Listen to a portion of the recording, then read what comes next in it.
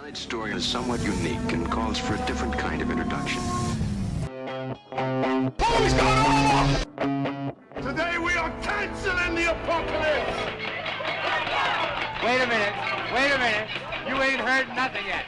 And this is? Lilu Dallas Multipass. Frankly, my dear, I don't give a damn. Houston, we have a problem. Have you tried turning it off and on again? Gentlemen, you can't fight in here. This is the war room. Now, where was I? Welcome to another episode of Nostalgia Busters. This is our series where we are going to be looking at a comedy film from the past, typically the 80s through to the unfortunately named noughties, and ask the question, does this still hold up and could it get made today? And my guest today is Jason Soto from Rabbit Hole Podcast and rabbitholepodcast.com, of which we are now a member. So, thank you very much for having us and welcome on board. Hey, thank you so much for, I think, having me back. I think I was on before. Yeah, question mark. We've had too many of these episodes to know for sure. But I'm happy to be here, and thank you for inviting me. Yeah, no problem at all. I'm really excited to get a bunch of people from the network to come on, and got a couple of other episodes lined up, which will be coming out in due time. Thanks for coming on as the first person from our new network. I believe you were the one that actually suggested the film we're doing today, which is High Fidelity. So my first question to you is, why did you pick High Fidelity? Yeah, so I've been like a fan of this movie for a while, and like the really kind of odd thing about it to me, I don't know, maybe you may view it differently, but it's kind of a romantic comedy in a way. And I usually don't mess with romantic comedies. Like I'm not a rom-com guy. Like most of them I just can't stand. But something about this one kind of like appeals to me. It might be because it's mostly from the guy's point of view, and it's done in kind of a interesting way. Like the focus is like the guy's side of a breakup, and I think something about that's kind of clever. But I've been a fan of it since I first seen it. Making lists is like one of my favorite things to do. And he makes lists constantly in the movie, so I kind of bonded with the main character a little bit. He seems like a kind of like a nerd. Like he's a little bit nerdy. He's very obsessive. Mostly with music, but we get glimpses of movies in there, and so I kind of like identify with him just a little bit. So I don't know, it was just something about this movie that I really enjoy, and I've always really wanted to kind of talk about it. But the problem was I have a podcast that's about 90s movies, and this is from the 2000s, from the year 2000. So I was like, well, that doesn't work, and I don't really have like another podcast that kind of would cover this kind of thing. And I was messing with the idea of doing one of those movie by minute podcasts that our friend Bubba Wheat is like a huge fan of. Yeah. With this movie, because I really wanted to do like a deep dive on it, but then I didn't really have the time to do that. And then you said, hey, I need a movie from the 2000s. Does anyone know anything? And I said, hey, I got a movie for you. And here we are. Yeah, absolutely. Yeah, but Bubba, great guy. He's been on a couple of times, and I've been on both his both Groundhog Day and Fight Club. Yep. Done there. So great idea. I absolutely could not do that. I do not have the time to do that. I have at the point of recording 5-month-old son and an 8-year-old daughter, and there is no time. Don't blame you. Yeah, ain't nobody in this house got time for that. So indeed. Yeah. I'm glad that you picked this film, because I had seen this film exactly once before you picked it. And it was something that I saw I believe over a decade ago at this point. I believe I saw it when I was at university. Oh, okay. I was doing film studies at university, and I think it was one of my course film viewings that we had to watch. And so I remember enjoying it, but I didn't remember much about the film other than the general plot. One of the most frustrating things about the way my memory works is that if it comes to film and TV and I watch something once, it just sticks in my head and I know, I can go to a film that I saw once 20 years ago and I remember exactly how it ends. I remember all of the plot points. I may not remember the exact lines, but I just remember that stuff. So I cannot rewatch something without knowing how it ends and everything. But with this one, it was interesting because again, I knew the general plot of the film. There were a couple of moments that I knew were going to happen before they happened, and then I knew the general gist of the end. But I realized as I was watching it that I actually didn't remember a lot of the individual set pieces of it. So this one was as close as I've ever come to rewatching for the first time for something like this. And I do wonder, and we'll kind of get into it a little bit later, but I do wonder if it's because the music that's in this film is not music that I had listened to previously when I first saw it, and not music that I really listened to afterwards either. So like I think I just didn't have that much of the connection that you clearly did with like the main character and that sort of stuff. So that's probably why it didn't stick in my head as much as it normally does. But yeah, no, and I will say you mentioned that you love making lists, and I toyed with the idea of not doing a cheesy top 5 list for this. However, I don't think it's possible to review this film in any way, shape, or form without doing some sort of top 5 lists. So I asked you to come up with your top 5 songs in film. And I told you to take that however you wanted to. So, whether it was going to be songs from film soundtracks, songs used in film for specific effect, or however you wanted to take it, or even just your favorite songs that are in film. So, I have no idea what your list is. You don't know what my list is.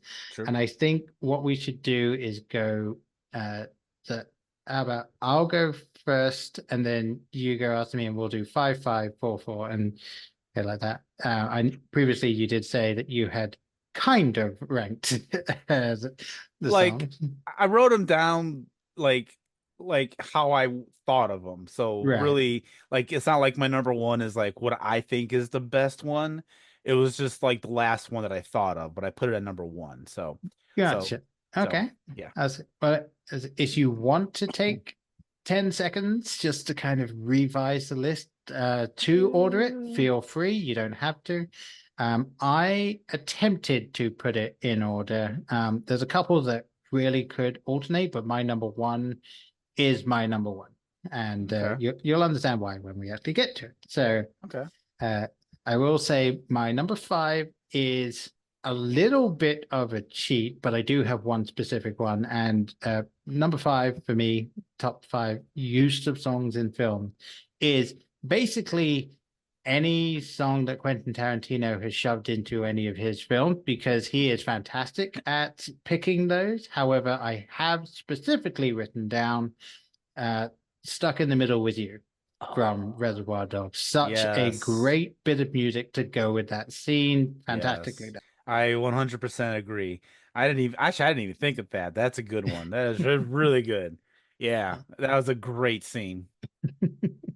All right. And so how about you then? What did you have in your number 5 spot? My number 5 is from the movie Almost Famous. It's the Tiny Dancer scene on the bus. Okay. It's effective because like in the scene everybody is just mad at each other for like things that happened scenes prior, and they're just kind of all like annoyed, pissed off. I think they're hungover because it was after a party, and they're just all feeling down, depressed, or on a tour. And then somehow I forget how, but the song Tiny Dancer starts playing on the bus. And it's like the song is like 6 minutes long, and you hear almost the whole song in the scene. And as the song is getting, ramping up to the 2 minute mark when it gets to the chorus, and they start belting out the chorus, hold me closer, tiny dancer. Um, Everyone starts getting into it slowly, like they're all pissed off, but then they start getting into the song, and it amps up and it amps up, and then by the end of it, they're all like happy and they're friends again, and it's just such a cool scene and such a cool song to have that too. So I had to put that on here. Yeah. Okay. All right. Yeah. Good choice. Good choice.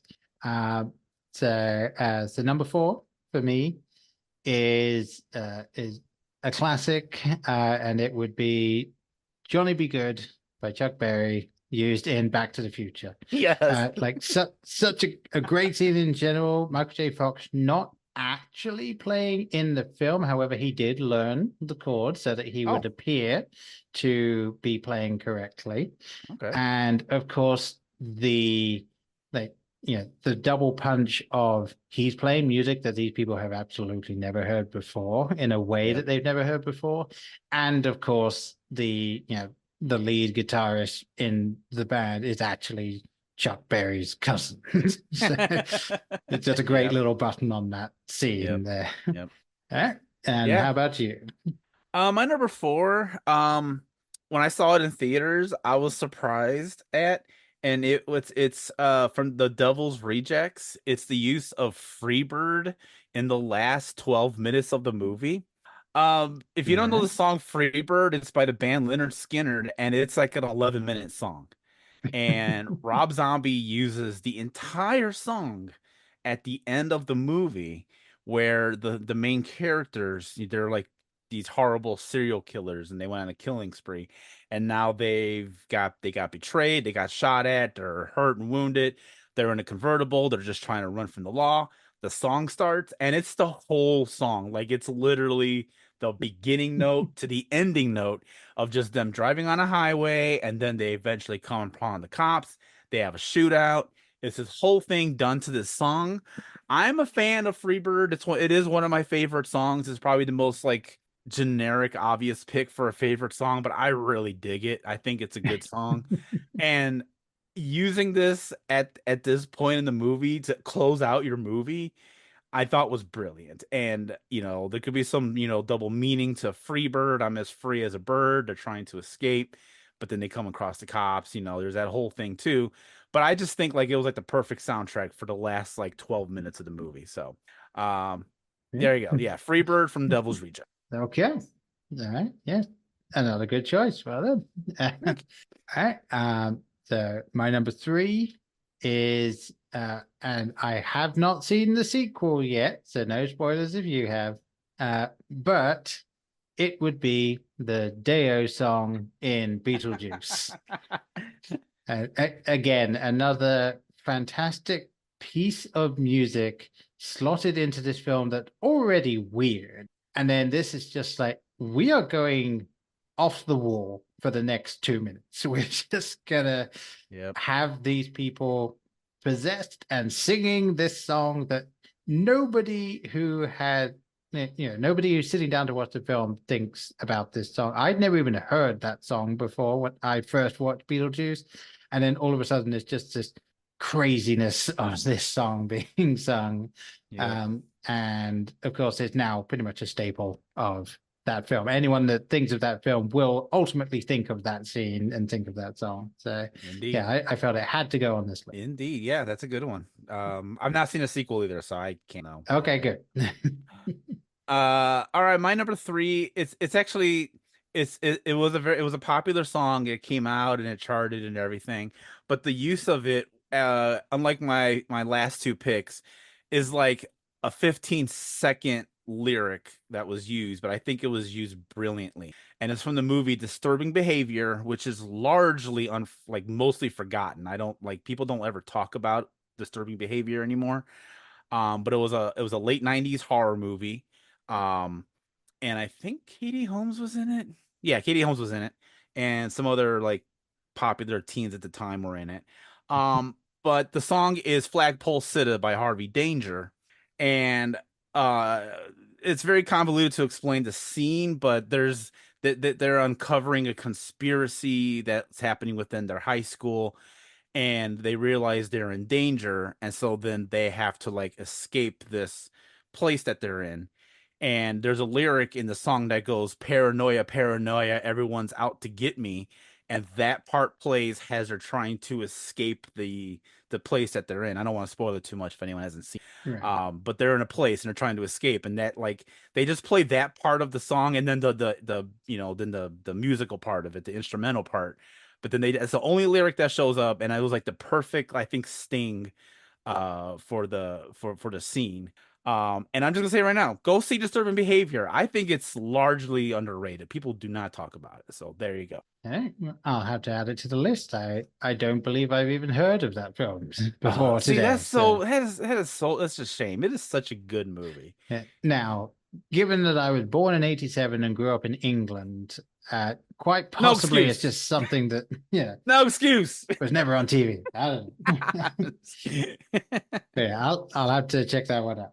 Yeah, please do. It's amazing. Okay. So my number 2 is one that was almost my number 1 until I thought of my number 1, and it could not be at the top there. So this is Don't Stop Me Now by Queen from Shaun of the Dead.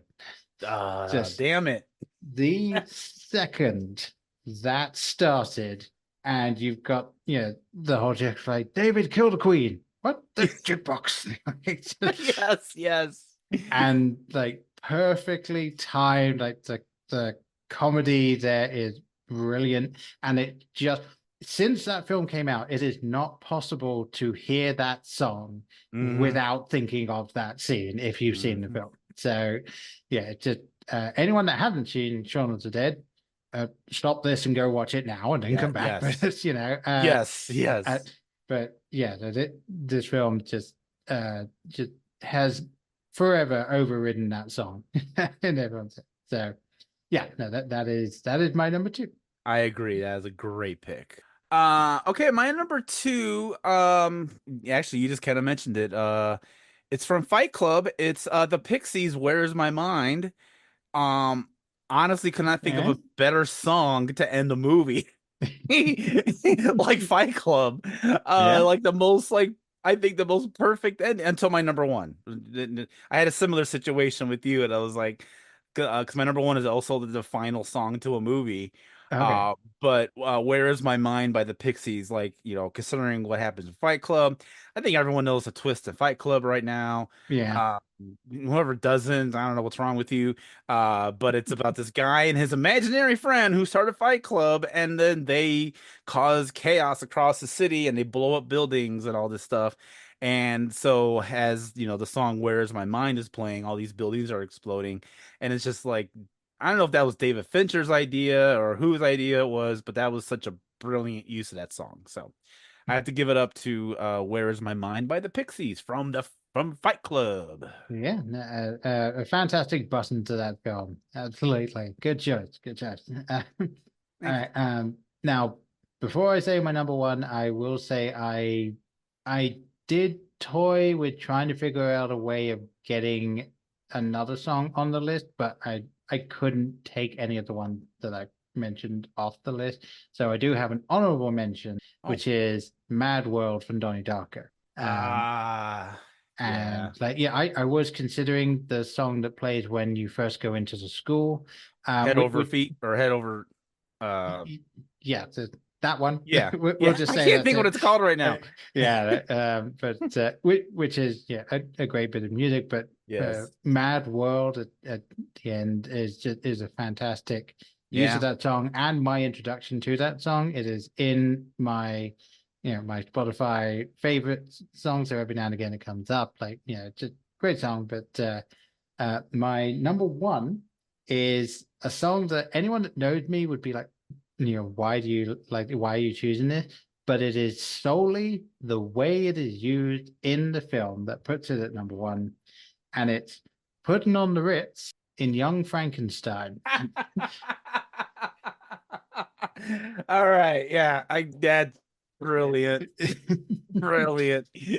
Yeah, I mean, just like that entire scene is phenomenal. Young Frankenstein is my favorite Mel Brooks film. I'm not necessarily saying it is the best, but it is my favorite. Yeah, It's yeah, just no. such a great film, and that scene again, something that ultimately comes out of nowhere and then just ends. Like Yeah. No, and yeah. but that little bit of just putting under it is fantastic and made better by the fact that nobody knew that the guy playing the monster was going to yell out, "It's not real."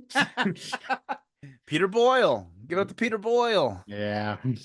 But yeah, no, as soon as I saw that, I was like, that can't not be my Yeah. number one. That's a good one. That I agree. That is a good one. All right. I don't know how popular this movie was, but I fucking love this movie. It's one of my top 10 favorite horror movies of all time. It is such a brilliant film. It's Behind the Mask, The The Rise of Rise of Leslie Leslie Vernon, Vernon. and it ends with the Talking Heads Psycho Killer. And I think they play the whole song there. And this is effective for a lot of reasons. One, psycho killer, and it's about a killer. But then it's done over what you think is a static shot of the morgue. And you think Leslie Vernon is dead, and you just see his body on like the stretcher or whatever. And then the song's just going, and it's psycho killer, I guess say. And then soon he starts rising from the table. He sits up very slowly, and the song is going on, and then he just slowly gets out and walks out of the morgue, and then the song ends, and I was like ecstatic about this because Talking Heads is one of my favorite bands. Slasher movies is one of my favorite genres. Horror movies is one of my favorite genres. This movie was such a brilliant movie, like serious, like hands down. If anyone has not seen it and you're a fan of horror movies, you need to go see this now. It is such a beautiful love letter to slasher movies, and it's just so well done. And the last scene is just brilliant with Psycho Killer. Like that's brilliant use of that song, right? Yeah, I mean, anyone that's listened to this podcast over the last, several years has heard me many times recommending Behind the Mask, The Rise of Leslie Vernon. Yes. Because that's another one. I actually saw it as part of my film studies course. And the fact that it's a mockumentary, and then at the like 3/4 mark, it just switches into an actual horror film. Horror movie, yeah. And everything that was built up is used in such a clever way. Yes. I still maintain, because I used to have the DVD before I moved to America. I still maintain that one of the deleted scenes from that film should have been kept in the film. I don't know if you've seen any of the deleted scenes. I may have once, like when it was kind of newish. I don't remember right now. So basically, and I may have mentioned this before on the podcast, but fuck it, I'm doing it again. It's they're talking to him, and they're in the woods, and he turns to the to the woman interviewing and says, "All right, here's what we're going to do. I am going to stand right here. You're going to be 2 steps in front of me, and you're going to run from here to that tree, and I'm going to walk, and I'm going to reach that tree before you." And so everyone's just like, no, it's not going to work. And you say, no, I'll bet you like, $100 that I'm going to reach that tree before you. And they go, okay, all right. And so, they're lined up and they go, ready, go. She starts booking it and he books it after her. But every single time she turns around, he stops and starts walking. So she does the horror film of, turns around, starts running, and he's booking after her. And then just before she gets to the tree, she trips and he just walked past her, taps the tree and goes, "You're dead." Yeah. Okay. I think I remember that. Yeah. That is so clever. Yeah, Very such a clever. great thing. Should have been in the film. I understand why they may have cut it because there's one or two scenes that are sort of, again, sort of poking fun at the tropes that are in the horror film. But Right. yeah, no, I do wish they kept that one in. Yeah. And here's hoping that they do eventually make the sequel. There is still like all of the cast want to come. Well, the cast that can want to come back and make the sequel, but it is kind of in limbo based on the last time I was looking into it. I am gonna mention this. God, this had easily been like 5-6 years ago. There was a Kickstarter from like the writer or the writers of the movie where they turned the script of the sequel into a comic book, and then if you backed the Kickstarter, you would get the issue. And so I backed it, but I only got like the first 3 issues of it. And I don't know if they had to stop for some reason or something happened, but I never got the last, like, I think they were supposed to have 6 issues total. Same. But yeah, I only got the first 3. I don't know whatever came of that whole thing, like if that ever went to market, if you can find it on Amazon or eBay or whatever. But I got, there technically is a sequel in comic book form, and I got the first 3 issues of it. And it's an interesting premise. I'm just gonna say it. I won't get into it right now. Obviously, I won't. But yeah, it was weird. So they could still make it into a movie. You're right. They're all still very much around and alive, and I hope they do because it was an interesting premise. I'm gonna say that it was pretty interesting how they were doing it. So yeah. Well, here's hoping. Here's hoping.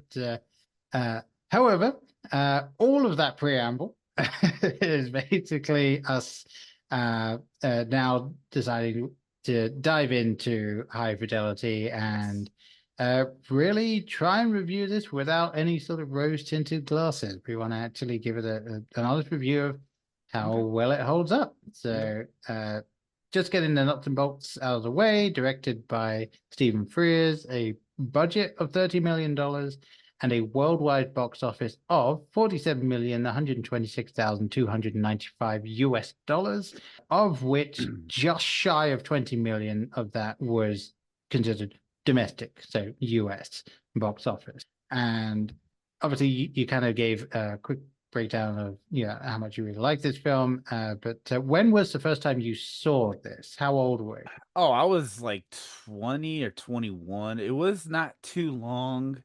I think it went to theaters, and then I don't think it did particularly well. Like it was okay. It did okay. Like it was not, I don't think it was ever number 1 or anything, but I think it did okay. It was a John Cusack movie, and he was still a pretty big name around the 2000s.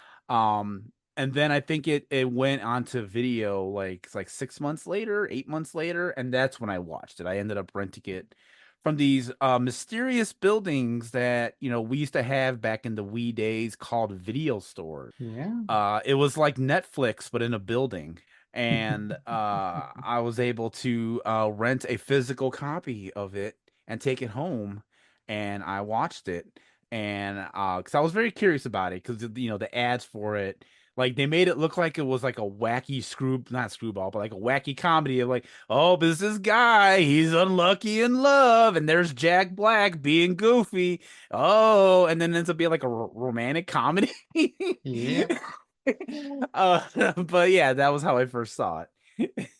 Yeah, and a lot of these films back then, they really had some interesting marketing like ideas for some of these films. Obviously, this film, they clearly were like, we know it's a romantic comedy, but we also know that guys are actually going to want to see it because that there's things in it that we know guys will want to see, that we can't necessarily market it as a romantic comedy because at this point in time, you don't market romantic comedies to guys. That's not something that happens. Right, exactly. But so yeah, it does become, let's put all of the wackiest moments in. Let's put several of the Jack Black moments in because that's, he's the most bombastic character in the film. And that's actually saying something with some of these characters in the film. But yeah, no, it's definitely seems like they were trying to scam people into Yeah, seeing the film. I believe so too. But I can understand why they did it. And for the time, it would have been the best way to get their target audience to see the film. So Yeah.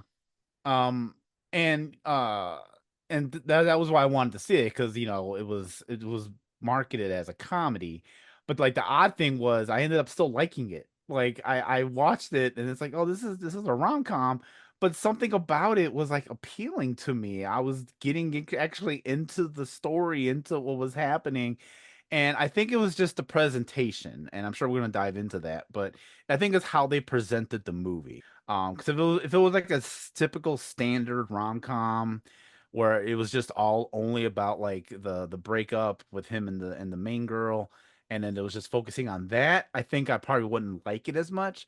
But the fact that it presents all of his previous girlfriends, and we get all the stories, and we get all these interludes and all this stuff, and his interactions with all the characters, I think that's what makes the movie for me. yep, no, I'd say the interplay of all of the characters is very well done. That there's, with maybe one or two exceptions, there's not too many characters that are interacting with other characters, and you're just like, okay, move on. Like yeah, come on now, let's keep this going.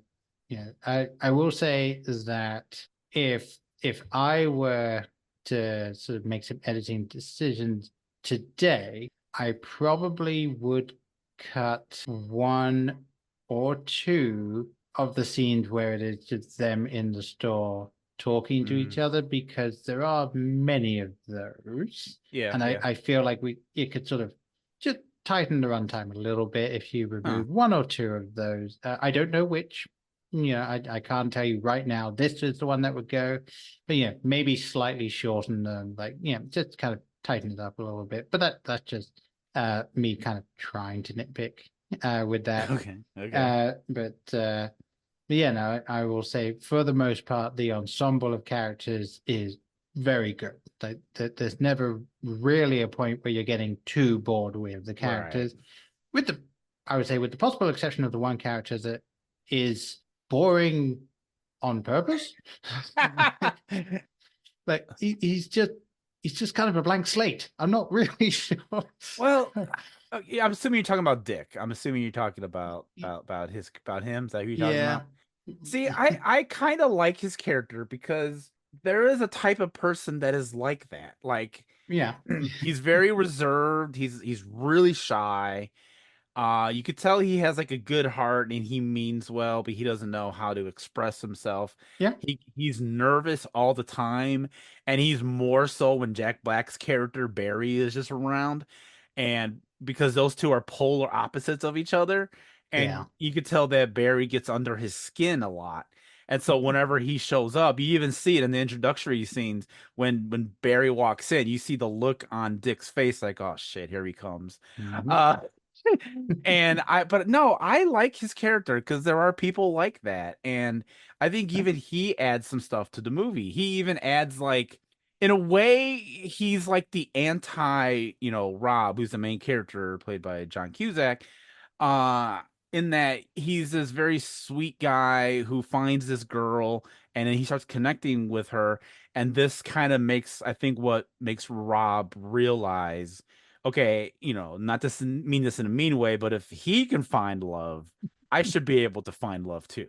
Yeah, no, and that's it. That in watching the film and like really thinking on it, it's maybe I found it, like slightly like difficult to watch it, because if I'm 100% honest, like that's what I was like growing up. So like that very meek and like kind of just uncomfortable being around other people, but you do it because you do like the people that's there. But That was me. That was very much me. That's fair. And I could be kind of like that too at times. Like I can, if anyone listens to any of the show, that may surprise you. But there are times where like I'm around people I just don't know, and so I'm very uncomfortable and I don't know what to do with myself. So I see myself a lot in him as well, where I'm just like, yeah. There's a scene in the movie where Rob and Jack Black's character Barry like are kind of fighting, and Dick's like in the background. He's just like, hey, guys, stop, guys, stop. And like you can tell he's just trying to like help stop the fight happening, because they're kind of, them two are his friends, but he also is not like brave enough to like actually try to stop them fighting. And that's totally me. I can see myself doing that if like two of my friends just start having a fight and they're getting physical like that, and I'm just like, come on, guys, just stop. No, break it up. Come on, Yeah, that would totally be me. Yeah, when you don't have a broom handy, so you can kind of at a distance. Yeah, yeah, exactly. Yeah, absolutely.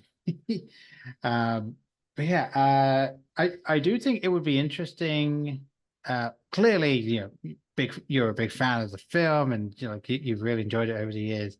On rewatching it and trying to come at it with this lens of, all right, what about this film doesn't necessarily hold up today?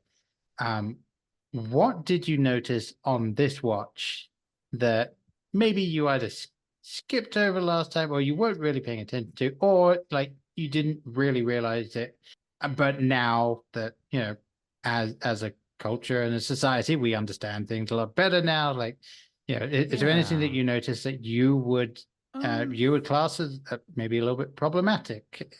That's the weird thing about this movie is, so this is from the year 2000. Yeah. And I really couldn't find anything problematic, because the few things you probably could pull as an example, I think, was used in its strength in the film. And to give an example, to anyone who's not seen the movie, it's largely about this guy who's recounting his past 5 relationships that meant something to him and that ended terribly. And so he's going through them one at a time to try to figure out where he's going wrong. And one of the girls was he was dating in high school, and they were like 16, and he lamented that every time that they were making out, she wouldn't let him even touch her boobs like on the outside or anything. Like all they could do was kiss, and they never had sex. She never let him do anything. And then we find out that she started dating this like other dude, this jock. And then down the road later, when he's talking to her as an adult, and he's like, so why, what was up with all that? And why did you eventually have sex with the one dude? And she basically says, well, he raped me. And that kind of put me off of having sex until I was college. And in her eyes, you're not supposed to have sex until you're in college. And so people can view that probably as problematic, but I think that's was played to its strength in this movie. Because they don't harp on it too much. It's just like a one-time thing, and then she leaves the movie. And it's kind of a point to be like, oh, maybe you should respect your girlfriend's wishes, and she doesn't want to have sex, or she wants to wait until she's older, blah blah blah. And then you think she becomes this big giant slut, but no, she was forced upon. So you could look at that as problematic, but I think that played to its strength. That was supposed to prove a point. So stuff like that, I even is like, oh, they did that for a reason. So that's just how I kind of view that. Yeah, I really was kind of surprised at the scene when they are connecting in the restaurant, and she does go into something that you really didn't get in comedy films, or even just most films back then, where she is genuinely pointing out, just like, it technically wasn't rape because I didn't say no, Right. but it was expected. It was, all this stuff, and it was a very good resolution to that thing because when you're watching it in the beginning and you see John Cusack playing his 16-year-old self. Yeah. Yeah. I mean, it's a good thing that they didn't have John Cusack playing his, what would it have been? 8-year-old self? Like, I don't know the actual age of when it was Drake Bell, I think, as which that kind of threw me for a loop. As when he walks on screen, having recently seen the Quiet on Set documentary. Okay. Just kind of seeing him pop up, fresh face. Just like, oh, okay. Hi, Drake. Yeah, how's it going?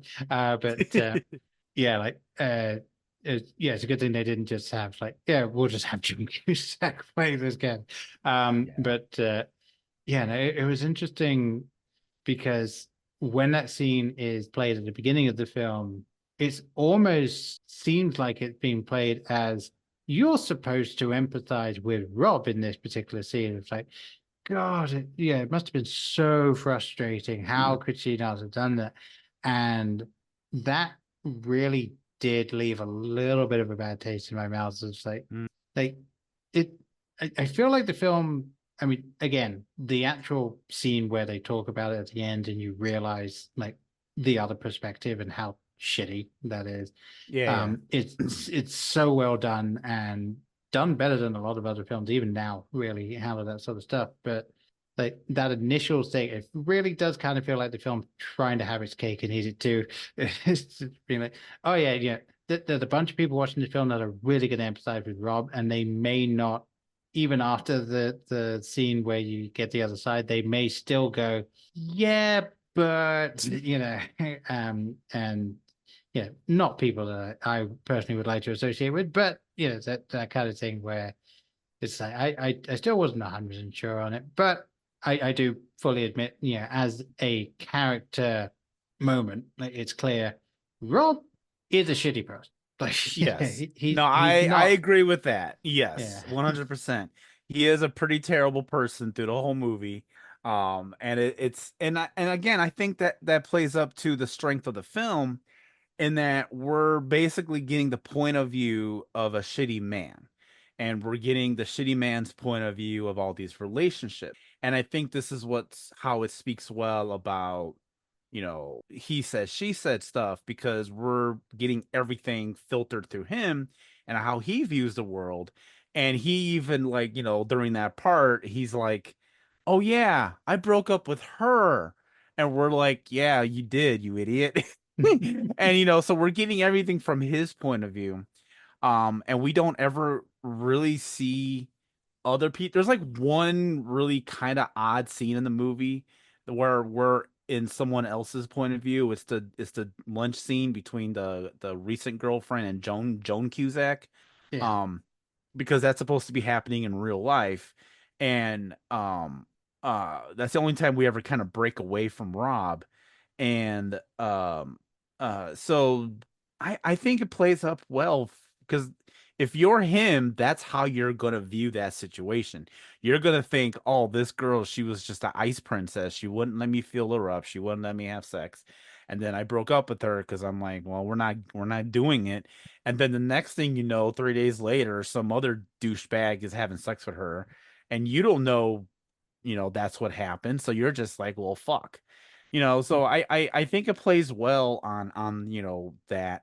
And admittedly, he is a piece of shit in the movie. He's just a terrible person all around. But I think that plays up to the character. And I think this movie does a good job in presenting a terrible person's point of view on previous and current relationships. Yeah. It is very interesting, watching the film and trying to think, does this person deserve to get back with the girlfriend at the end? And all the way through, it really was something I was trying to think of, because yes, he's somewhat growing in the film, like even going through this whole thing and like talking with some of his past loves and everything, and it was just like, okay, obviously the very first one he learns absolutely nothing, and that's kind of the fun part. He just immediately turns to Karen, just like, she married Karen. Yeah. Like, this is great. This has nothing to do with me. Like, taking all of the wrong lessons from what you're trying to do immediately. And again, that's exactly what a shitty person would do. Yes, no, exactly. So yeah, very, very well done with that. I haven't read the book that this film's based on. I do really want to, just because I want to see what's other than the location. I want to see if that, like, if the character in the book is as shitty as Rob is in the film. And I have a feeling it probably is, but maybe it hits differently. I don't know. Well, I can answer that for you because I have read the book. Okay. So besides the setting, it's in the book, it's set in London. The character in the book is, it's pretty much the same. There's not a lot of differences between the book and the movie outside of like the setting. Okay. And a couple of like minor characterizations of the other characters. Dick is even more shy in the book, if you can believe that. Okay. He's really reserved in the book. And he's more obsessed with music than Rob is even. But Barry's in the book, he acts the same way. We get the whole thing about all the relationships. So he's basically kind of the same in the book.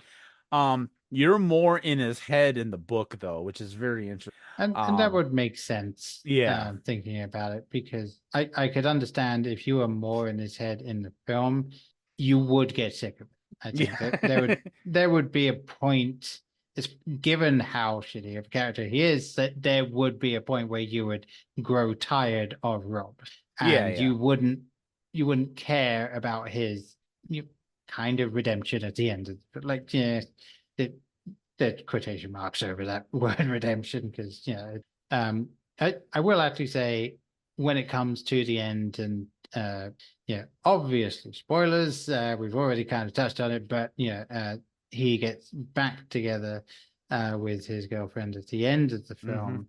And this film was really interesting for me to rewatch, because yes, I knew where it was going and all that sort of stuff, but I spent the first half of the film really thinking about how much I didn't actually like Rob. Like, as a character, didn't like him. And then round about the start of the third act, I stopped thinking that.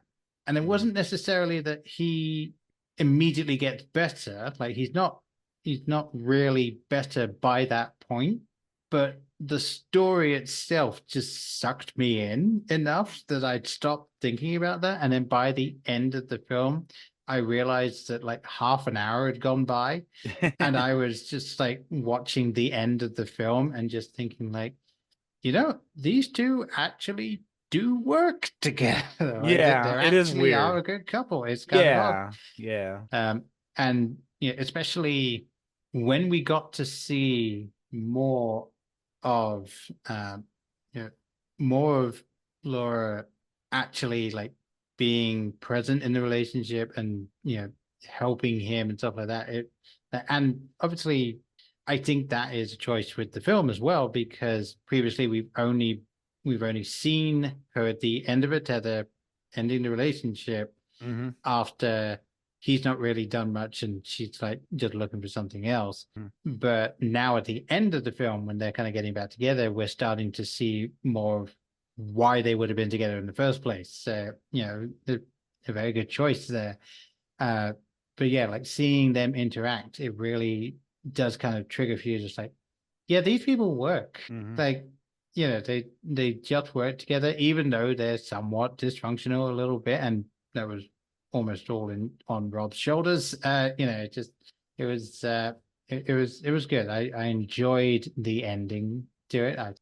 My question to you at this point actually is, which character in the film, other than Rob, did you enjoy the most? Oh, hands down, Barry.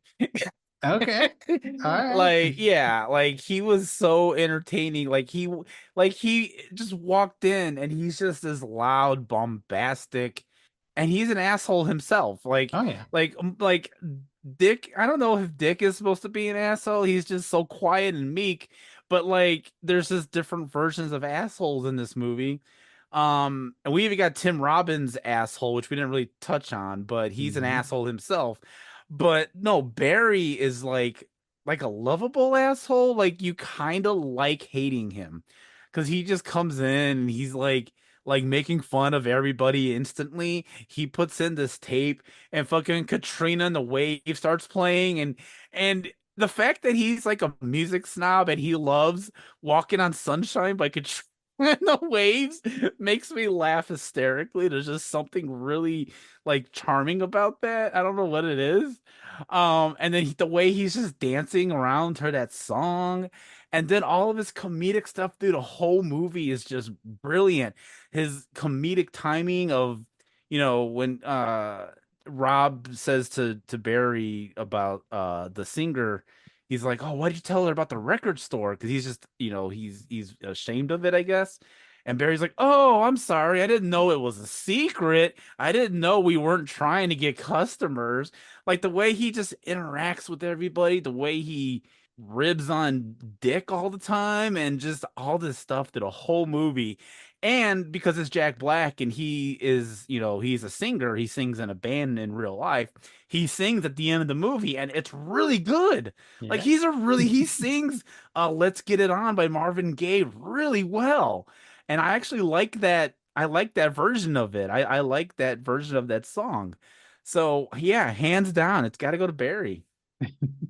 Yeah, I mean, I definitely see that, and it is kind of interesting because the second he walked in, my immediate thought was, "Oh, look, it's Jack Black from any film Jack Black was in at this point in time," because he very much was typecast as the like a loud, goofy guy. Yeah, the loud, lovable, slightly annoying comedic character. And that's just because he has that energy. Like that was kind of what he was like back then. And people that were known for that never really got the straight roles until they'd been in the system a long time. So it is very interesting that I saw him and I was just like, I know exactly who this character is because I've seen a Jack Black film before. Yes. And very much was that.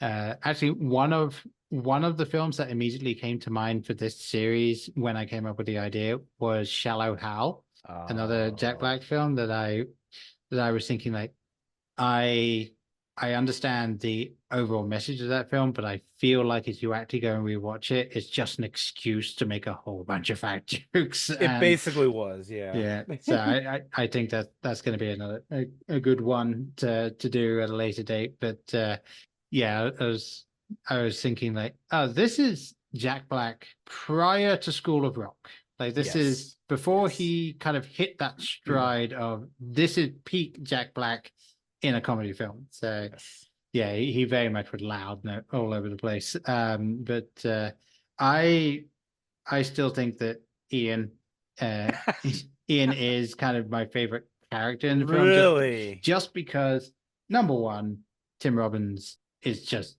fantastic as a character. Like he came in, he literally said yes to the character if they would make a wig for him to wear. And according to an interview that I saw from him like 5 years ago, he still has the wig, like, and he will occasionally just put it on. Oh, like, that's funny. It was this film and another film that I can't remember off the top of my head, but both of them he said yes to if he could wear a wig, and he has kept both of those wigs. Okay. But yeah, and I would argue that the single best comedic moment in the film is the bit when Rob is fantasizing about beating up Ian multiple times. Yes, I love that part so much. Because it breaks the rule of 3 because it's the rule of 4. It happened 4 times. Yeah. And you never are sure that we're actually back to reality. Like the first time it happens, you don't know that reality is broken, and then the second it flipped back, you're like, oh, okay, that was in his head. Oh, okay. And then it just keeps happening. And then he just walks out. Can I ask you which one of the 4 is like your favorite? Because I actually got a favorite. I like off the top of my head, I think it's the one where they end up like one of them is dropping. I think it's a cash register. They're gonna just or something. They just get to drop it on the head. That is it. Yeah, I love that scene because Jack Black grabs a phone, smacks him in the head, teeth go flying out. Then they jump over the counter, start kicking him on the ground, and then Dick, of all people, grabs an air conditioner from the wall. He's holding it over his head, and then John Cusack's like, "Yeah, get him, get him." That is my favorite, hands down, like scene in that movie. Yeah, I mean, it's just such a great one. The what is it? Shall we leave it at that? I think it's the line. And I'd say my second favorite is not necessarily because it's the funniest, but just because it's the most different from all of that, is the one where he is just like yelling at him, just like, you gotta get out. Oh yeah. Being held back by them. Yeah. He's like, you motherfucker, I'm gonna get you. Yeah, it's just one where it's like that one actually out of all of them is the most obvious that it's not happening. Yeah, I can see that. That is the most out of character of Rob. That's Rob being like supremely confident in himself, and he just isn't. So yeah, like whereas everything else is just, you know, him and his friends would absolutely pile on if you would. They were to right? kick off. Exactly, they would. Yeah. I will say one thing. I have absolutely no way of transitioning to this information, but I did find the full track listing for the Marie DeSalle CD. Oh, okay. So in order on there, it's Baby I Love Your Way, Eartha Kitt Time 2, Ghostbusters, Beat It, Baby Got Back, 9/11 is a joke, or 911 is a joke. 911 is a joke, yeah. I was going to say 9/11 hadn't happened yet. No. So I was like, 911, it's 911 it's a Public Enemy song. Yeah, there you go. I Will Survive. Okay. Bop. My Heart Will Go On. Yep.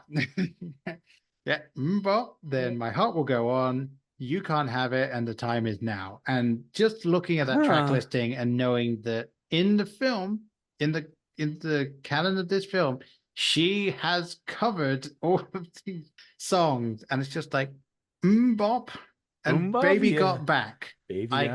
Cannot, something for me, like I do not have the ability to imagine something I haven't seen. Like I can't do that. I can't, you know, it's one of the things where, like, you know how people will say, don't think of a pink elephant, and then that'll make you think of a pink elephant.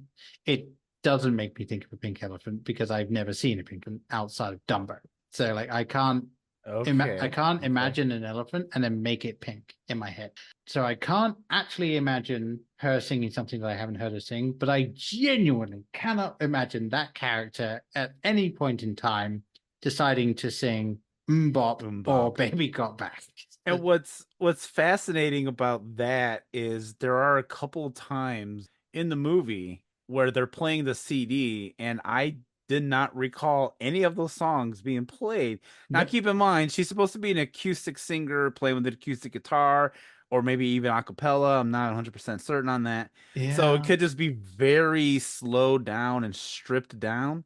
But yeah, that's weird. It's all covers, and it's weird covers on top of that. That is so Yeah. interesting. Yeah, quite literally all over the place. So there's no rhyme or reason to any of these songs. Like I do think it would have been really funny to hear her version of, say, Ghostbusters or whatever. However, Right, my right. assumption is, given all of the other songs that are in the film, they ran out of money Oh, to yeah. to buy the license for those, so they probably just had the visual joke in there.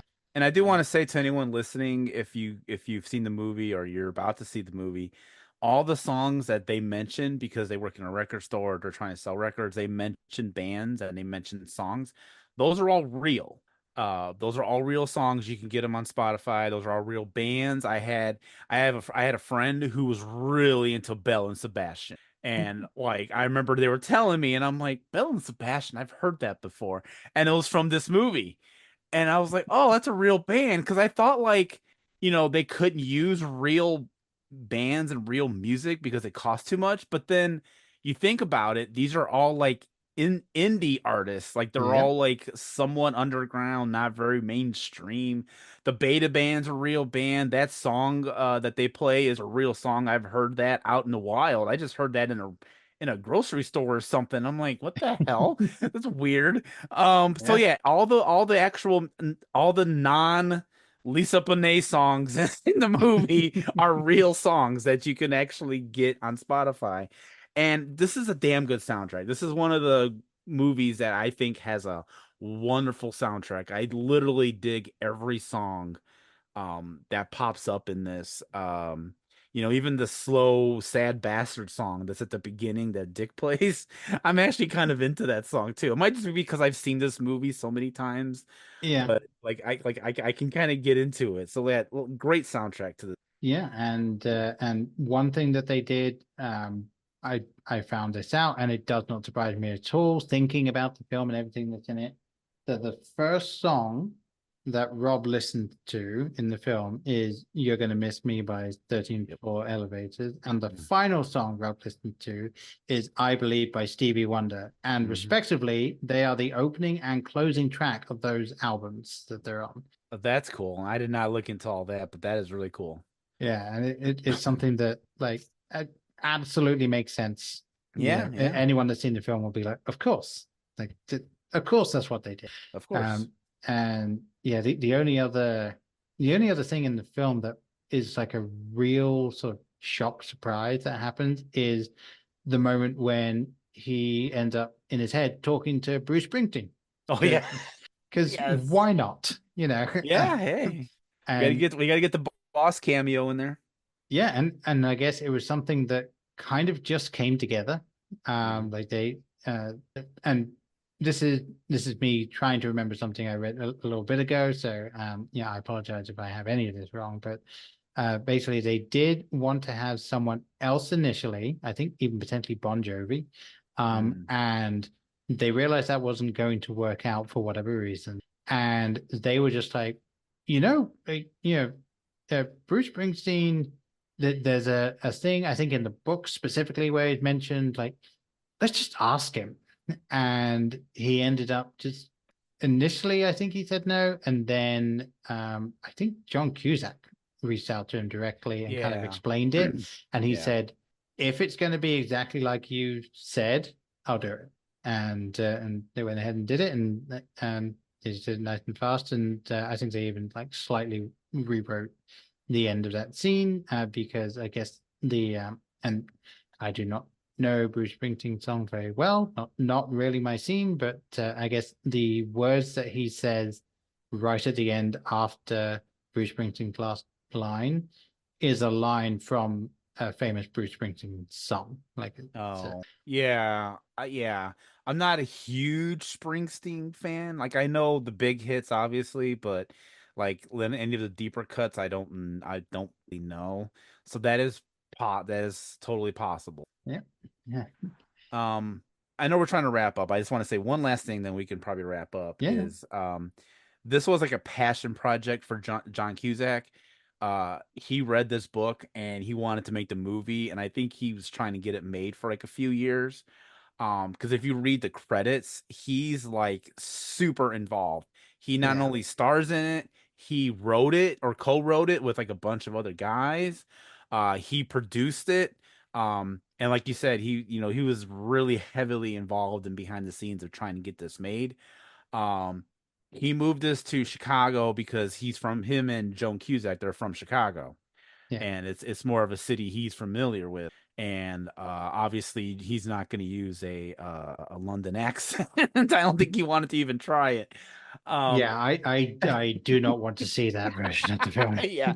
So he just moved it to Chicago because he's more familiar with it. And I'm from Chicago, and a lot of the outside stuff was filmed on location, like the theater, the biograph where he says, I had the name and I forget it. The gangster guy got shot behind.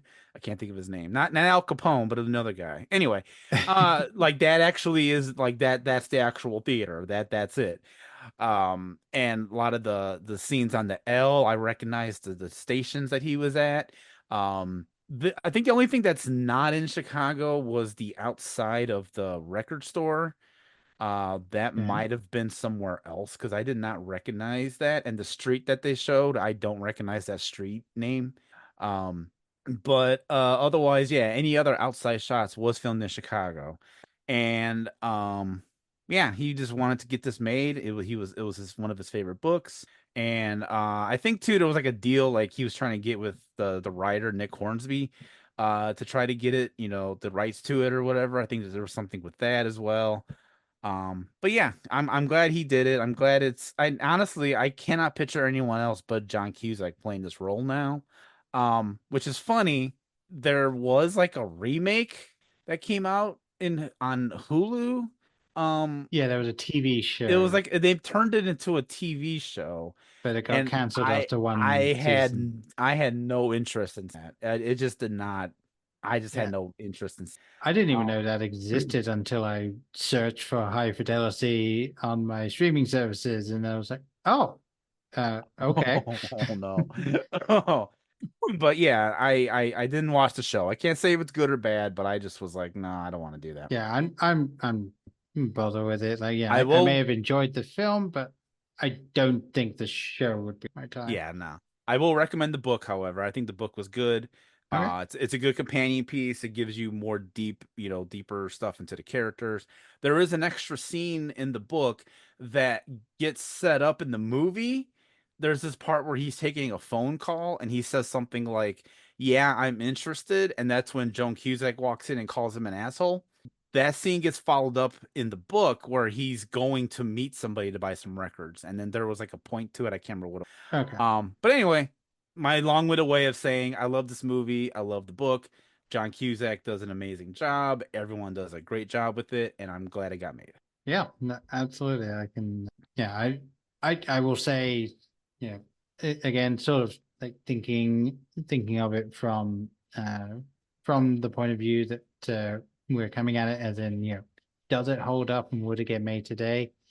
I absolutely think that this film, for the most part, does hold up. There may be one or two words in the script that might not make it into the script today. I'm fairly certain that that the R word is in there once. That I think just unless it was made today but set back then, and it was in there as that is the way that people spoke back then. But yeah, I think that this film could largely be made today, mostly unchanged, with the possible problem that if it was made today, a lot of the people going to see it would just be like, "What's a record store?" What's Well, no, I don't know, because vinyl is still pretty big. It is. However, I think it's big for people aged, let's say, 30 and over, and most people, under that, if they grew up with someone that has vinyl, would know what it is. But my daughter will have zero idea what vinyl is. I do not own any. No one that she's around has any. We haven't talked about it. She will have no concept of what a vinyl is. Obviously, my daughter, who is 8, would not be going to see this film in the cinema. However, she's not going to grow up in a household where vinyl is a thing. So I don't know if that's going to be something that's really going to be on her radar. So like it, and that is something that I found fascinating over the years. It's just like thinking of like, oh, there's this whole generation of people that you kind of mentioned before, this magical place called a video store that you would go to and rent something. It's like kids these days genuinely will. What's a video? Like what do you mean a video? Like you went online and you clicked play? Like no, you did not do that. But yeah, I do think at some point I might try and do that thing where you find an old VHS and you just hand it to your kid and say, play this and see what they do. Yeah, I'm only going to disagree with the vinyl thing because a lot of newer artists put their stuff on vinyl, most notably Taylor Swift. All of her new stuff is on vinyl, and she tends to have a younger audience. True. So I think of maybe the idea of like a store for only vinyl may blow their minds because they're probably like, oh, let's just go to Target to get it. You know what I mean? Or wherever. Yeah. They don't, or order from Amazon, but they might not think to like, there were these actual stores that you walked into and it was just rows and rows of vinyl that you can get and maybe some CDs, depending on the, how hipstery the place wanted to be. And you could just buy vinyl and CDs there. And, that mark may blow their mind, but they might, I think younger generation. Yeah. I think if it was made today, like there would need, if it was going to be a vinyl only store, or something like that, there would need to be a reason why Rob is able to still have a just vinyl store in this day and age. Like maybe the actual owner of the building is like an uncle that like just doesn't charge him any rent and he's just able to he's got 50 properties and he just lets him have the building just cause, like something like that, because I can't imagine someone like Rob clearly would not have the ability to manage a vinyl only store today. Like no, 100%. Yeah, that would shutter in like 6 months. I agree. And I think another thing that may confuse today's audience is actually the fact that they mentioned Virgin Megastore. Because I use that line all the time when I get frustrated with something. I always say, one day I'm going to throw the country A through K rack through the window and go work at a Virgin Megastore. And sometimes people have no idea what I'm talking about when I say that. Yeah, no,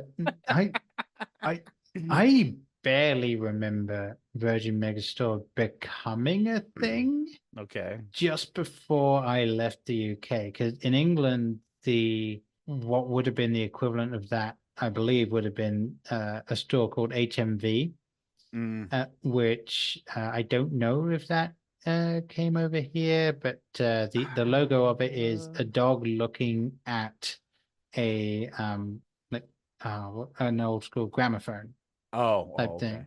The idea being that he's listening to his master's voice on it, the HMV. Got it. And that was a store that sold CDs, vinyls, and then also DVDs.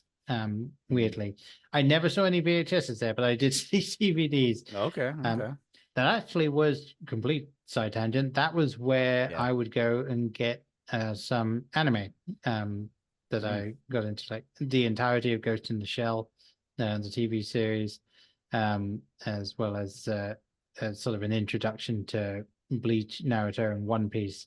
I am now kicking myself that I completely ignored One Piece because I looked at it and went, that looks too kiddie. So I never actually got into that show. But like, God damn it, 1,000 plus episodes now, and I want to start that show so badly. Man. Oh man. But yeah, I might wait for that. They're coming out. I think Netflix is doing it. They're coming out with a new One Piece cartoon that is effectively Dragon Ball Z abridged, but for One Well, Piece. they made that a live action show, didn't they? They did. It's amazing. Okay. And they're gonna do it again, but they Okay. changed enough from it. For instance, not that this is a live action One Piece podcast right now, but there is something that is revealed at the end of the 3rd episode of that show that is not revealed for, I think, over 100 episodes of the anime. Oh man, okay. Yeah, it's something like there's at least one arc, if not 2 arcs, before this piece of information is revealed in the anime, and they just gave it away. Wow, okay. In the show. And it makes sense in the show. It absolutely makes sense in the show. But yeah, I saw online a lot of people just being like, "Oh, okay, like we're doing this now." So, okay. But yeah, I mean, if you ever wanted to get into One Piece, but you not want to jump into, again, 1,000 plus episodes of the show, the live action is phenomenally done. Oda is actually connected with the show directly, and he's kind of got final say on the show. So everything that's in it has his stamp of approval. So yeah, and the guy that plays Luffy is absolutely perfect, like spot on. You could not have got a better Luffy. So but yeah, again, we're getting back to wrapping up High Fidelity here. So yeah, I do think this film, like, kind of, assuming that we're saying it was made today but set back then, because it's a very much a product of its time, just because of the subject matter. Like, just because of what's in it, it kind of makes sense that it would be set then, even if it was made now. Like, some of the stuff in it really holds up. Like we mentioned, the fact that the one girlfriend has a genuine discussion about, like, hey, the stuff that happened, wasn't great, but it may well have been, like, that sort of stuff. That the character of Marie DeSalle being just this 100% confident, like, sex positive, like, just like, I just want to have sex. You want to? Okay. Like, and it's not treated as, this woman's a slut over here. Right. She wants to have sex. Like, no, it's like, she wants to have sex. You want to have sex? Okay, cool. Yeah. And that's it. That's how it's treated. Like, and it's something that, and it's because, probably because that's not the point of the film. The point of the film is Rob and the journey that he's going through, to realize how shitty a person he is. But, the fact that they just kind of like, yeah, okay. And it's like that with a lot of the characters. Like, what one final question for you? Who is the worst character in the film? Like, oh man. God, that's I'm gonna go Ian. You're gonna say Ian? I'm gonna say Ian was the worst, because he came off as a real pretentious, pompous douchebag. I liked Rob's description of him, as he discovers, that's who she's been seeing now.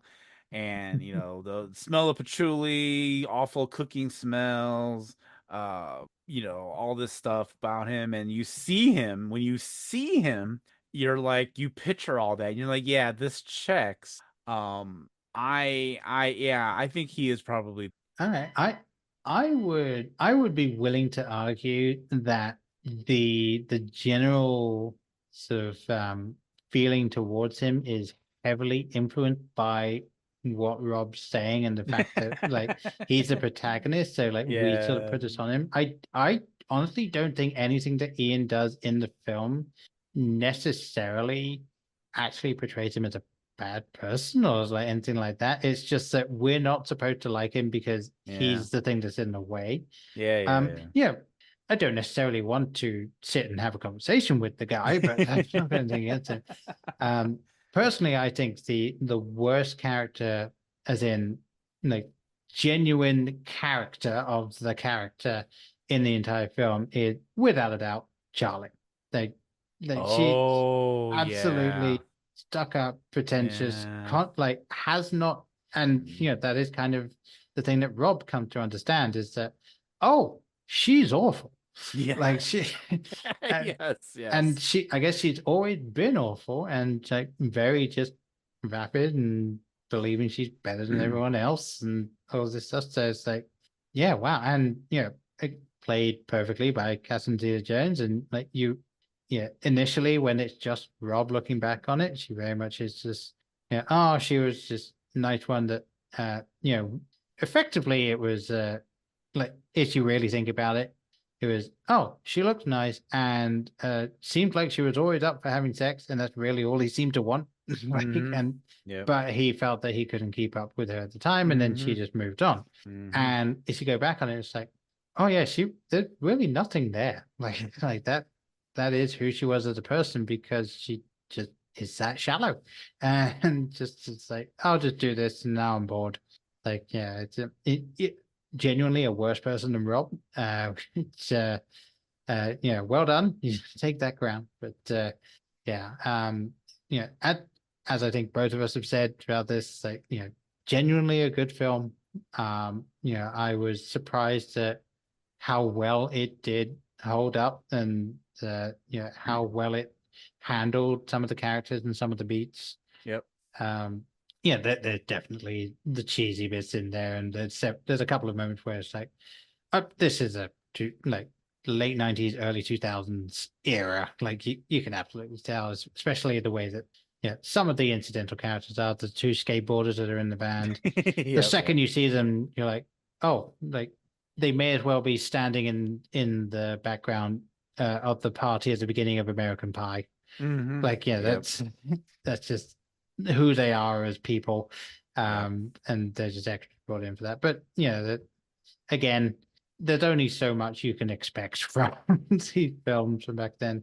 But I heartily recommend this to anyone that anyone listening to this that hasn't seen it at this point. I'm sorry, we've clearly spoiled a whole bunch, but go and see it anyway, because there's so much in it that you'll get out of it, and there's a lot we didn't talk about that I think you might find interesting. So go check it out. It's a good movie. Yeah, absolutely. And as you mentioned at the end, we get Jack Black's character playing singing the song at the end. I did find out that apparently when this film premiered, they then had like an after party at a venue that Tenacious D played at. Nice. And that kind of makes sense, because I guess Tenacious D was formed in 1994. Yeah, they've been around for a very long time. Yeah. So they already existed as a band when Jack Black made this film, and so they were just like, I'm kind of shocked that Kyle Gass is not somewhere in the background of this film. Like, maybe in the background at the funeral. It's just like, not even saying anything, but just being there in the background. He's just there. Yeah, it's kind of odd that he wasn't there, but whatever. I don't think Jack Black had that kind of pull back then to pull that off. Like, he could probably do that now, but I think back in 2000, I don't think he could be like try to convince John Cusack to put his buddy in the background. I don't think he had that kind of pull. Maybe not, but apparently again, something that I had written down, wasn't able to bring it up. The director of the film was the person that said, like, Jack Black needs to play Barry. Like, and Jack Black even initially turned it down, but the director was like, no, you need to play Barry. So, okay. So it's something that I think potentially if he had gone, hey, can Carl be in here, they might have done it. But again, I can't really think of anything I would change outside of just like the odd tweak here and the pacing that I mentioned previously. But really, no, I would say this definitely holds up. All right. And with that, I believe we have talked about this almost as long as the film runtime itself. So yeah. So with that, we may as well wrap it on up. So why don't you let people know where they can find you and, by extension, Rabbit Hole Podcast and so on. Yeah, so I have a podcast network. It is called Rabbit Hole Podcast, and we have a lot of different shows. Not all of them are hosted by me. They are hosted by other wonderful people. I have also bought on older shows that were on their own. They wanted to join a network. They came and joined us. Paul and this show you're listening to is one of those who wanted to join a wonderful network. So you can go check out all of those at rabbitholepodcast.com. That is probably the best place that you can go find every show that we do, every episode that we have done of every show, and a lot of cool stuff there.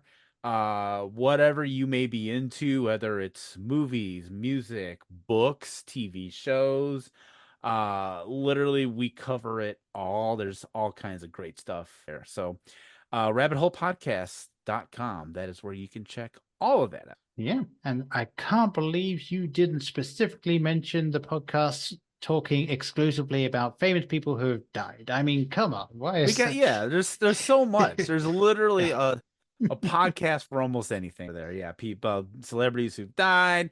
We got a comedy show. We got deep dives into 90s TV shows. There's a lot of stuff going. Yeah, absolutely. Go check that out. After you've re-listened to this episode 20 times, yes, and featured it on your own top 5 list of podcasts. So once again, thank you for coming on. Been an absolute pleasure having you on here. If you did want to reach out to me personally about this episode or anything else, or even suggestion for other episodes, you can find Blokebusters pretty much anywhere you would expect to find Blokebusters. You can find us on Facebook, Instagram, Twitter /X, however you want to identify that particular one.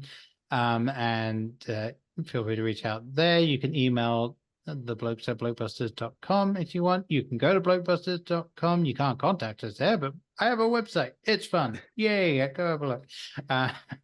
I really do need to update that one, but go check it out. Come say hi. It's always interested in talking with people about film and pretty much anything, as you've heard over the course of this podcast. So, with all that being said, I've been Paul, and he's been Jason, and we'll see you next time. Bye. In case I don't see you, good afternoon, good evening, and good night. Hang on a minute, lads. I've got a great idea. Louis, I think this is the beginning of a beautiful friendship. You're still here? It's over. Go home. Go.